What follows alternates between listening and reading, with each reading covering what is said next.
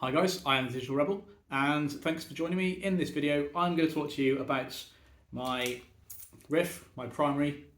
This is my rifle, there are many like it. This one is mine. This is my TM MWS gas blowback Mark 18 Mod 1. Okay, you see the Daniel Defence rail just about through the mass amount of insulating tape and rail covers. But yeah, this is where it was original. This was the Mark 18. Now, before you go out and buy a Mark 18, because they are the better looking versions, they're both the better looking ones of the MWS, realise that you can't, it's very difficult to take the rail off if you want to change it, and also if you want to do any upgrades. So you need a URX tool, and you also need a heat gun, and I had to use a spanner and a hammer to get this thing off. However, what it does mean is that when you first get it, it is ridiculously sturdy. Okay, most riffs I've got that I've played with, my Spectre, is sturdy enough, but this just feels in the hand like it's really sturdy, not going to break. I'm confident to run around. I'm confident it's going to bash it around a little bit if I need to, or if I need to. But if it does, then that's fine. I'm not going to break it. Whereas, if you get a plastic one or something like that, then, you're thinking it might crack, and you don't really want that. So what I'm going to do is I'm going to show you what, first of all, I'm going to tell you why I do use gas blowback, and also then I'm going to give you an overview, sort of tip to butt, on what is on this, what I bought, why I use it as well, and also kind of, whether I recommend sort of getting those bits, and also some alternatives. So first of all, why do I use a gas blowback? Well, pretty simple. I kind of like the fact that there's like real working parts and stuff like that on it. So I like the fact that you have to rack the bolt back. There I go. Obviously, fire it. All the parts move as well. You can get that in like an AEG if you get like a TM. However, it's not quite the same. A lot of the time, like my Spectre, when you pull the charger handle back, the dust cover opens and it reels the hopper. However, this actually has a fully working bolt in there. And also, most of the time I like to play milsim, so having that extra immersion of, a bit of feedback. I'm not saying it's like got a massively heavy recoil, because it hasn't. It's got a bit of feedback. It's not as much as you'd find when you're firing kind of 5.56, like in any way. You just can't. You can add a heavier bolt in if you want. I haven't. I am tempted to get the T8 and add some heavy bolts in. That will give quite a bit more recoil, and apparently that kind of gives it up to the sort of roughly kind of a 5.56 kind of feel. And 5.56 doesn't kick very much anyway. But this kind of, it's more than a 2.2, but it's less than a 5.56. Okay. So I were and also the fact that you've got 35 round magazines. So I carry 6+1, so 6 on my vest, my plate carrier, my chest rig, and 1 in the gun. I no longer will probably be running my belt because I don't run my pistol. I just don't. And yeah, so that's why I use a gas blowback. Lots of people say, "Oh, don't use it because when you go into the winter, you're in the cold, it won't work." It's just not true. Just put some red gas in it or black gas if you're feeling really adventurous. This will hit at 350 with green gas in sub 10 degrees. No problem. Might be a little bit sluggish, but then I just fire I fire single shot anyway, so I never really use full auto. Not obviously no full auto in buildings. Thank you very much. But yeah, I never. I rarely ever use full auto, especially when I'm using this. I might do if I'm using my AEG just because I can, but yeah, not with this. So what we're going to do is going to go tip to butt and tell you what's on it, why you should probably get one of these as opposed to a GHK or a VFC, in my opinion. Obviously, this is only my opinion. So because it's the Mark 18, this comes with the rather sexy, looking like Surefire kind of type 4-pronged flash hider. Obviously it doesn't do anything, it's not going to actually hide any flash, but yeah, it's pretty cool. It's really Let's make it off the right way. It looks really nice, sort of better than sort of your sort of standard bird cage one. I've got on my other riff, my Spectre, I use a Magpul one, which I just love the look of. It just looks really mean. But yeah, this is a yeah, sort of kind of like a Surefire one, right? So it fits on there quite nicely. It's got a collar underneath that, just a kind of spacer there. Just I think that's just for for looks. Oops. Going down then, I have a replica of a Surefire M600. This is the WA-DSN version. It is available on Amazon, link in the description. It comes with a pressure plate and a button on the back, and it's moulded, and it's pretty damn bright actually. And you can see that, so yeah, it's pretty bright. Yeah, so it is it's basically a kind of replica of a Surefire, and it's about 1/10 of the price. So yeah, obviously some people like to run the JIT versions, and that's fair enough. I'm playing airsoft, and I'm not going to be running into if it breaks, I'll buy 10 more by the time someone's bought a Surefire. I might at some point get a new one, get a legit version, but for me right now, this one works perfectly fine. I have tested it in the dark, haven't tested it in the field in the dark though. It is pretty bright, but we'll see what the throw's like as well. I'll give a proper review of it once I in an event. On the top here, pressure plate. This actually doesn't come with this one, so I exchanged it out for this one because the other one comes with. So this torch comes with like a pressure plate, but it's a stick-on one, so you can stick it on like a rail cover or whatever, or you can put it inside. There's like a rail cover with a little slot in it, but I didn't really like the idea of that. So I got this. Again, it was a bit, it just cost a tenner, and actually I fit it on there, and I can get it. If I got a nice like C clamp or something like that, I can press that nice and easy. So yeah, and obviously as you can probably see, this is insulating taped on. So I'm just going to take the bottom there, taped on the top, goes all the way around to hold that in place and also stop it and stop it going anywhere or snagging on anything. So that's what I use for that. You can buy things specifically for it, but I thought I like the look of it more than anything. I've got a elastic band I could use, which I'm going to try. You can use it as well, but insulating tape, perfect. Moving across the other side, this is a repro version of a MOE grip, so on the Picatinny rail. Again, it's sort of repro of Magpul. It's plastic. It's pretty good. It's lightweight. Looks pretty good. Looks like a legit version, and it's got the trades on the side. It's got the MOE on the side. So yeah, it's pretty cool. But again, something like the real ones. I did buy the M-Lock version of the sort of a repro BCM grip, which is like the angled one, slightly angled. It comes in the side like that. So I've got that on my Spectre. I've been trying that on Spectre, so we'll see how that goes, and I'll show you that in another video. Moving on round, rail covers. Again, main reason for using that is that I don't like to, this Picatinny, is, even if you're wearing gloves, it can snag. However, with that rail cover, it doesn't. Has a secondary advantage of actually being just fit into my palm to touch that light. Yeah, so that is really comfortable. If I'm going through buildings and I'm, up, fire, that is really comfortable. And if I've got this down, say like that, I'm just kind of, patrolling around, I want to get in, and somebody comes up, it's like straight onto the light, bang, straight up, okay?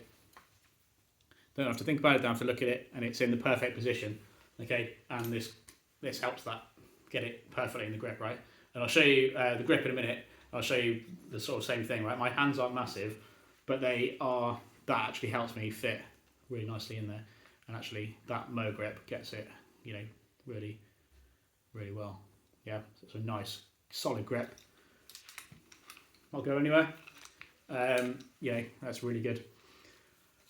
What else have we got? I'll do the internals last, but we'll do the externals. This is just a sort of a sling attachment at the front here. Obviously this doesn't have one, so just fit that on the top there. This is a cheap kind of Amazon jobby. You can get ones with the Magpul trades on, or you can get the legit version, but it's just a bit expensive for a bit of metal. But if you want to, because like I said, this was going to be an L119 originally, and I decided it's not going to be now. So having a legit Magpul one would be really cool. But no, it's there. It's cheap. I'll probably upgrade it at some point, but for now it works. So hopefully you can see that, and it hooks on to my. This is actually a real steel one. So this is a Magpul MS3, very old now. So I've got the FMA version, and I've got this version. Now this version's been used a lot more, so maybe that is the reason. But actually, because it's the idea is for this is you pull that, tighten up, and then you let it go to go. And if it's down, it's very difficult. So it's a really good, really nice sling, really good, really easy to use and sling. So I like to sometimes, if I'm in an area where I'm like to be, in a threat, I wear it sort of necklace style. So just kind of over the top, like that. So I've sometimes got that up, like that. It's down there. It's ready for action. I'm ready for that side. I'm ready to move. I'm ready if I need to. Go on the other side if I'm that desperate and I need to fire around that corner. I'm there. So yeah, that's easy to move up and down if I need to. A lot of people wear it front arm in. I'm not sure what that's called. That's fine. But for me, that then means I then have to, I can do that and I can release that, and that sling will go in. Obviously, I'll tangle it right now, but that will allow me to move side to side, but not as easily. But this Magpul sling, I'm pretty sure a lot of them do on the market now. The Magpul sling lets you do that, and it's so easy to move it as well. And that's why I was quite impressed with. Again, it might just be I've had it for ages. That's why it moves really nice and easy, but doesn't move if you're not pulling that thing up. Yeah, so that moves easily. Yeah, but it's not gonna get away from you basically. Okay, let's grab a glass of water.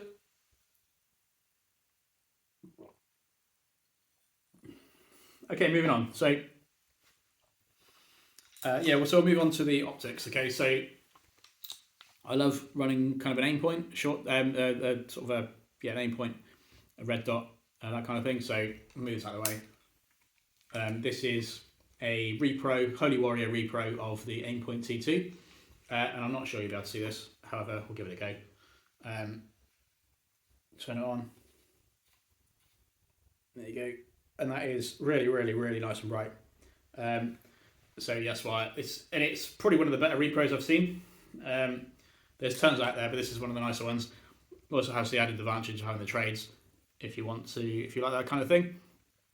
So it's got obviously micro T2, 2 MOA, 2 minutes of angle, which just means the size of the dot, as far as I know.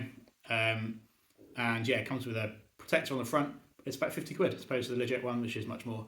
I might upgrade to a Vortex at some point because they're lifetime warranty, and one of my friends has one and he thinks it's awesome. And it's just really good. So I might upgrade to one of those at some point, but it's 165 quid, so it's 3 times price this one. Then moving back, got a magnifier. Again, it's not a legit EOTech one, it's just got the trades. It's Holy Warrior version, and it's all right. I sometimes, a lot of the time, I'll remove it and I'll chuck it in my bag, or I won't. I'll just leave it back in the fob, or whatever. But if I'm going to be doing something where I need to be a little bit more kind of, I need to see a bit further, something like that, or I'm engaging targets at a little bit more different distance, or I just want to be able to see where BBs are flying, because one of the things with using a gas blowback is that you can't really afford to be spraying BBs. So you can't. Like I said earlier, I don't usually go full auto.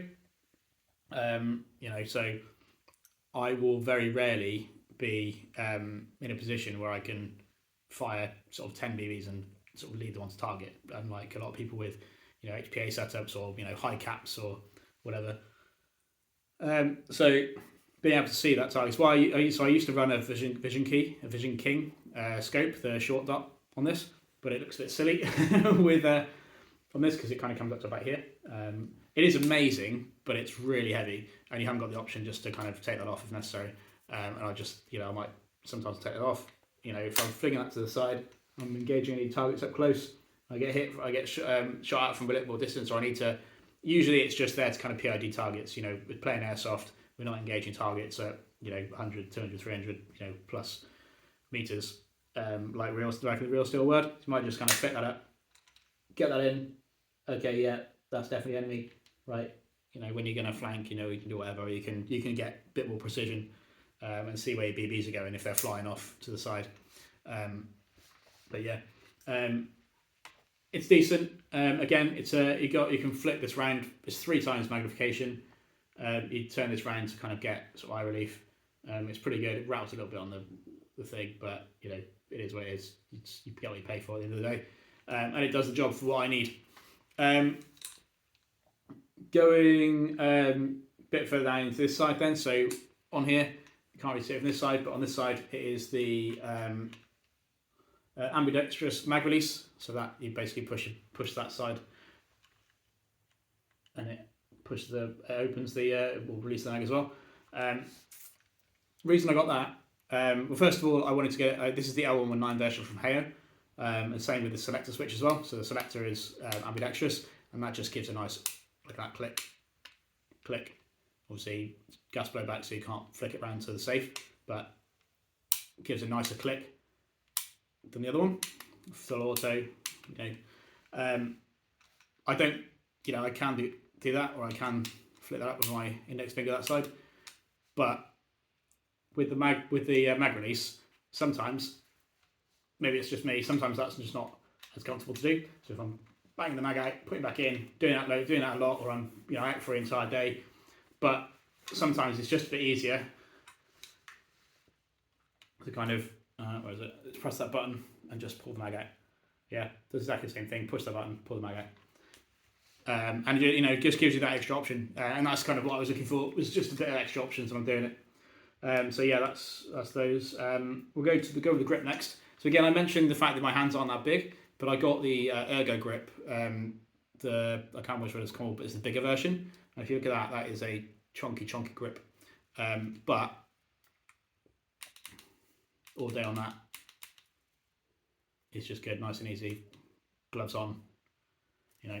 Again, having that up, bang, just floating through buildings, nice and easy. Yeah, it's a legit version, so it's actually the Ergo grip. Bought it from Brownells. You know, it's with the MWS. The advantage is that you can fit these things in. With an AEG, you probably can't. So you might have a, you know, you just have to put an allen key up there basically, and open it, and read it. Moving to the back then, and I'll do the internals in a second. Legit CTR stock. So this is a proper one, real steel, a CTR stock. It is obviously in the sort of what's it called, tan FD, something like that. And it's a real version. And you can tell the difference so easily by just the, you know, turning that. Feels just really unbelievable.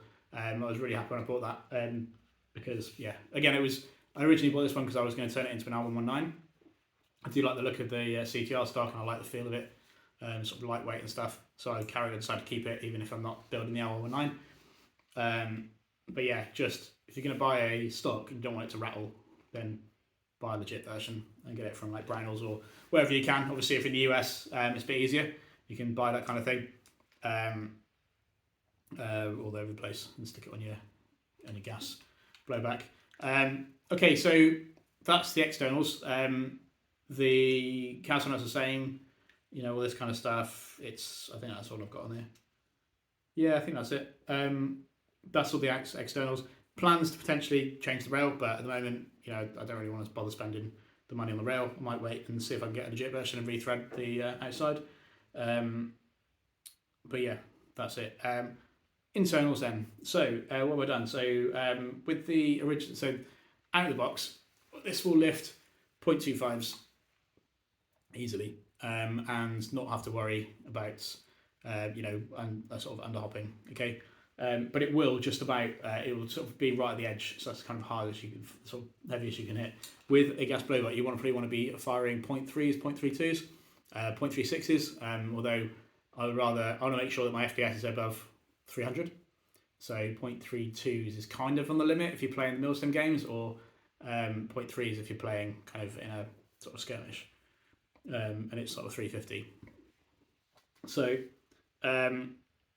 I put first of all I put these little brass nubs from Master Mods on there, and that worked really nicely. The only thing was, and obviously it's very similar to the 6G one that everyone talks about, and my issue was that sometimes it wouldn't line up correctly, so it would be slightly to the side, and therefore it would fire the BB, and the BB would fly not hugely off to the side, so it would need adjustment.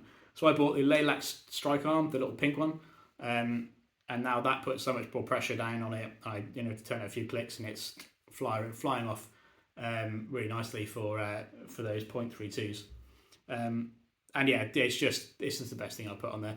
I've started using the stock hop up rubber as well, so that's completely stock, and it's perfect. I have got a Autobot and Maple Leaf Autobot, which I'm going to try, but from what I can understand and what I've read in like Discord and stuff, is they're always saying that it's the standard. It's just the standard one. Is as best you can get. And if you stick there, people say the 6G nub, other people say the Laylax. I haven't been able to get hold of the 6G nubs, so I bought the Laylax, and I'm not going back. It's so good. It's awesome. Also on the bolts, I normally run green gas, so I normally like to have and I only want to run. I don't want to be over the limit. So I run an NPAS, the RA-Tech NPAS in there. It's the black one, and it fits perfectly in there. It's a bit of a ball ache to actually change. So to change it, but if you need two Allen keys basically. You put one underneath, and I'll show you another video. Put one underneath, and also one down the barrel, and then just turn it, and it turns up and down. But it does seem to hold its FPS quite well. I have got the MPA nozzle from the MPA nozzle from Angry Gun, and that's always held it for me. But it's always good to have a backup, and actually the stock nozzle for me provides much more consistency than the Angry Gun MPA. So go with that one for now. I also have and this is another reason I need an NPAS, is I have a 250mm Lambda 6.01 barrel. It's one of the best quality barrels you can get. And it's one of the thinnest barrels you can get as well. So the reason I went for 6.01 as opposed to anything else is because I wanted the increase in FPS on green gas, because I was only with the 6.03, or the standard one, which I think is 6.03 or 6.05, I was getting around about 300 FPS on 0.2s, or just above 300 FPS on 0.2s, even with green gas. And I wanted the extras. I also wanted to be as high precision as possible, so I could have gone 6.02, but I thought, I'll go for the extra in 6.01, and no joke, it has made the world of difference. It does produce high FPS. First time I used it, I had to turn the NPAS right down, so you will have to watch out for that, especially if it's a warm day, turn it right down. But it just produces just ridiculously consistent and ridiculously straight shots. One of the other good things as well is that actually with a thinner barrel, it produces more. It gives you more shots per magazine, because it's something to do with the amount of gas being used, I think. So it's much more efficient when you're firing BBs. So yeah, that's why I use that. And it produces, there is a drop, obviously, you get a bit of cooldown, but it seems to be most consistent version that I've used, and I've only used two, so I'm not no expert, but that's what I've got. So yeah, I think that is the internals and the externals of my gas blowback, my TM.